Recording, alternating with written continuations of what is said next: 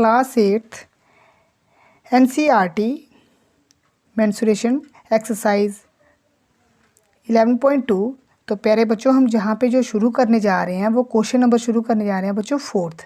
इसमें दिया गया है the diagonal of a quadrilateral shaped field is 24 metre and the perpendicular drop on it from the remaining opposite side. The vertices are 8 meter and 13 meter. Find the area of the quadrilateral. तो बच्चों सबसे पहले हम इस question को समझेंगे। Question में क्या लिखा गया है? The diagonal of a quadrilateral shaped is 24 centimetre. तो बच्चों देखो, सबसे पहले हम क्वेश्चन को समझेंगे कि आखिर क्वेश्चन में क्या बताया गया है। तो बच्चों ये बता रहा है कि एक क्वाड्रिलेटरल है, मीनिंग एक क्वाड्रिलेटरल है। तो आप क्वाड्रिलेटरल को समझते ही हो बच्चों, क्वाड्रिलेटरल वो होता है जिसकी 4 साइडें होती हैं। तो बच्चों एक क्वाड्रिलेटरल इसने लिया हुआ है। तो ये क्वाड्रिलेटरल जो है वो इस शेप का है। तो प्यारे बच्चों, ये इस शेप का क्वाड्रिलेटरल है, ठीक है। तो इसकी जो एक साइड जो है बच्चों, इसकी एक डायगोनल जो है वो डायगोनल बच्चों इसको जहाँ से काट रहा है।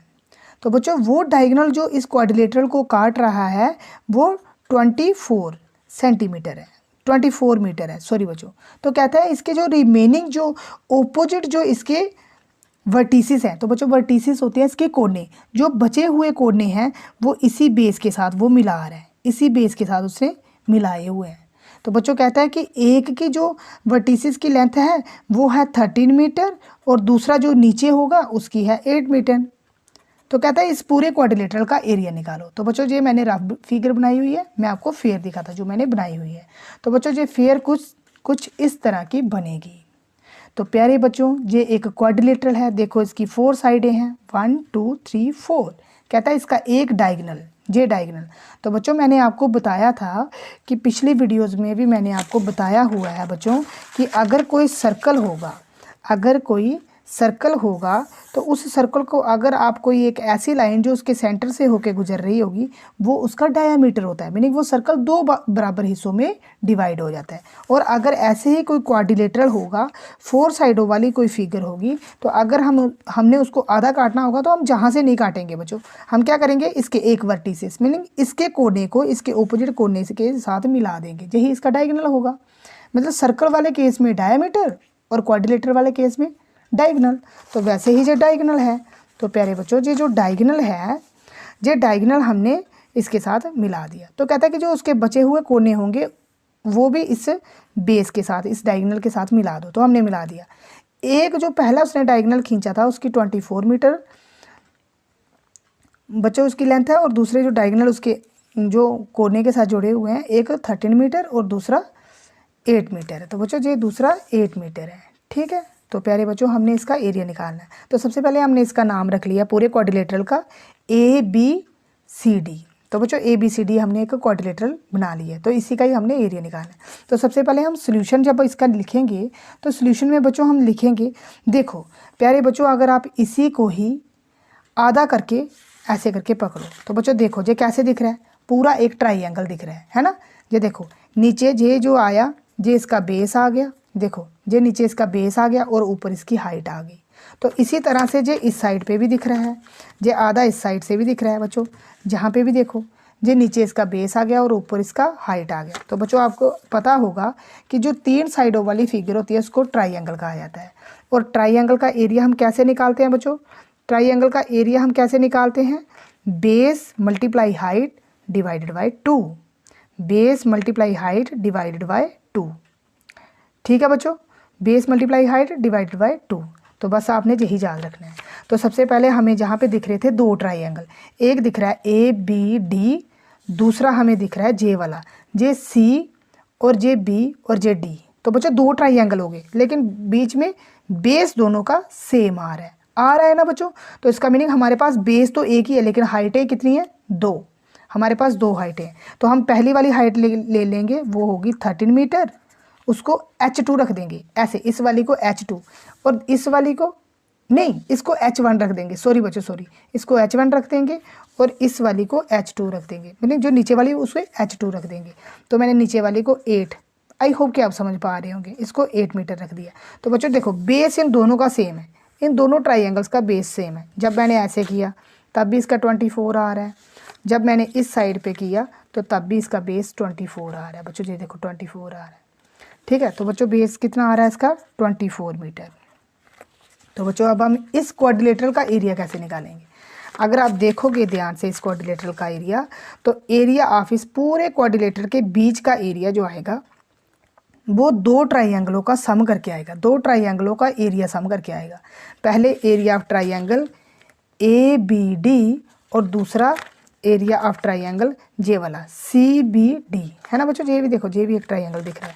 तो हम क्या करेंगे, हमें पता है एरिया ऑफ ट्राइंगल होता है 1/2 बेस मल्टीप्लाई हाइट। तो पहले वाले ABD की हाइट हमने क्या रखी है H1, तो उसे मैं H1 रख लेता हूँ।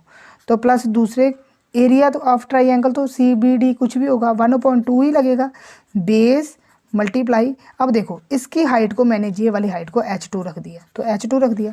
बच्चों अब देखो दोनों में कॉमन क्या आ रहा है, क्या चीज़ दोनों में कॉमन आ रहा है 1/2 बेस, 1/2 बेस, क्योंकि दोनों में देखो बेस तो दोनों का सेम ही है ना। तो मैं ऐसे कर रहा हूँ 1/2 बेस को कॉमन ही निकाल लेता हूँ। तो बीच में मेरे पास बना H1 और बीच में देखो प्लस H2। तो बच्चों अब मैं इनकी वैल्यू पुट करता जाता हूँ। देखो H1 आपके पास बेस की वैल्यू क्या है 1/2, जे मतलब मल्टीप्लाई हो रहा है, बेस मेरे पास है 24, ठीक है। और हाइट H1 की वैल्यू मेरे पास कितनी है ऊपर देखो, ये आ गया 13 और प्लस H2 की वैल्यू कितनी है 8। तो बच्चों मैं ऐसे काट सकता हूँ 2 1 2, 2 12 24। तो बच्चों मेरे पास बचा 12 और इन दोनों को सम करता हूँ 13 और 8 कितने होते हैं 21। तो बच्चों जब भी ये क्लोज ब्रैकेट होती है ना, इसका मीनिंग है मल्टीप्लाई करना है आपने, 12 को मल्टीप्लाई करना है 21 के साथ। तो प्यारे बच्चों आपने जहाँ पे क्या करना है, इसको रफ में कर लेना है, ठीक है, रफ में कर लेना है। अगर आप 21 को मल्टीप्लाई करते हो 12 के साथ, मीनिंग 12 के साथ, सॉरी आप 21 को मल्टीप्लाई करो 12 के साथ, तो बच्चों देखो 12 1 जा 12 होते हैं। तो आप क्या लिखते हो, ऐसे लिखते हो ना 12 1 जा 12, 12 लिखना था तो जहाँ पे 2 लिखो, 1 जहाँ पे कैरी, 12 2 24, 12 2 24। देखो भाई आप 8th क्लास वाले बच्चे हो, आपको टेबल आने चाहिए 20 तक। 12 2 24, 24 और 1 25, तो ये आ गया 252। तो मेरा आंसर जो है वो बच्चों आ रहा है 252। अब देखो बच्चों हर एक साइड, ये देखो हर एक साइड किस में है मीटर मीटर मीटर। तो मैंने कहा था एरिया हमेशा स्क्वायर में आता है, तो इसका मीनिंग इसका एरिया आएगा मीटर स्क्वायर। बस दैट्स ऑल। कहता है कि the diagonal of a rhombus are 7.5 centimetre and 12 centimetre, find its area. तो आपने बच्चों देखो एरिया निकालना है यार। हमारे पास क्या है, एक रम्बस है। तो मैंने आपको पहली वीडियो जैसे ही मैंने स्टार्ट की थी तो मैंने आपको बताया था कि भाई रम्बस क्या होता है। रम्बस एक बच्चों एक क्वाड्रिलेटरल होता है जिसकी सभी साइड देखो देखने में पूरा स्क्वायर की तरह दिखता है, लेकिन इसके बीच के जे वाला कोना इसके साथ जुड़ा होता है, डायगोनल D1 उसे रख लेते हैं हम। जे वाला कोना इसके साथ जुड़ा होता है, डायगोनल D2 रख लेते हैं। मीनिंग इसको दो डायगोनल आपस में बीच में से आधा आधा काटते हैं, ठीक है बच्चों, लेकिन वो 90 डिग्री के ऊपर। तो इसका एरिया निकालने के लिए हमारे पास फार्मूला होता है D1 × D2 डिवाइडेड बाई 2 के साथ कर देना आपने, ठीक है। तो बच्चों हम देखेंगे हमें जो क्वेश्चन में दिया गया है वो कहता है इसका पहला डायगोनल जो है वो 7.2 है। तो गिवन में मैं क्या लिखूंगा, इसका पहला डायगोनल D1 कितना है 7.5 सेंटीमीटर। दूसरा डायगोनल बच्चों जो है इसका दूसरा डायगोनल कितना है 12, दूसरा डायगोनल कितना है बच्चों 12 सेंटीमीटर। तो मैं दे रहा हूँ 12 सेंटीमीटर। तो एरिया निकालना है। तो बच्चों एरिया ऑफ रम्बस होता है D1 × D2 डिवाइडेड बाई 2। तो बच्चों ये मैं कर रहा हूँ 7.5 D1 है और मल्टीप्लाई दूसरा कितना है 12 और नीचे डिवाइडेड बाई 2, ठीक है बच्चों। तो मैं जहाँ से भी इसे कर सकता हूँ, देखो मैं करता हूँ 6 2 1 2 2 6 12। तो बच्चों ये कितना आ गया 7.2 × 6। तो बच्चों देखो अब मैं इसे करने जा रहा हूँ, मल्टीप्लाई करना। आपने कोई पॉइंट की कोई टेंशन नहीं लेनी है, सीधी बात है बच्चों। देखो 6 5 कितने होते हैं 30, 6 5 30। तो आप 0 लगाओ जहाँ पे लगा 3, तो 6 7 42, 6 7 42, ठीक है बच्चों। तो 42 और 3 कितने हो जाएंगे 45। तो बच्चों मैंने लगा दिया 45। अब देखो बच्चों जहाँ पे कह रहा है कि एक डिजिट के बाद डेसिमल लगाना है, आपने एक डिजिट के बाद डेसिमल लगा देना है। तो जहाँ पे मैंने डेसिमल लगा दिया, तो बच्चों डेसिमल के बाद क्या है 0, 0 की कोई वैल्यू नहीं होती बच्चों, पॉइंट के बाद 0 की कोई वैल्यू नहीं, आप सीधा लिखो उसको 45। तो बच्चों अगर हर एक साइड इसकी देखो सेंटीमीटर सेंटीमीटर, तो हमने निकाला क्या एरिया। तो बच्चों एरिया हमेशा स्क्वायर में आता है, तो इसका एरिया कितना हो जाएगा सेंटीमीटर का square. That's is the answer. ठीक है बच्चों, थैंक यू।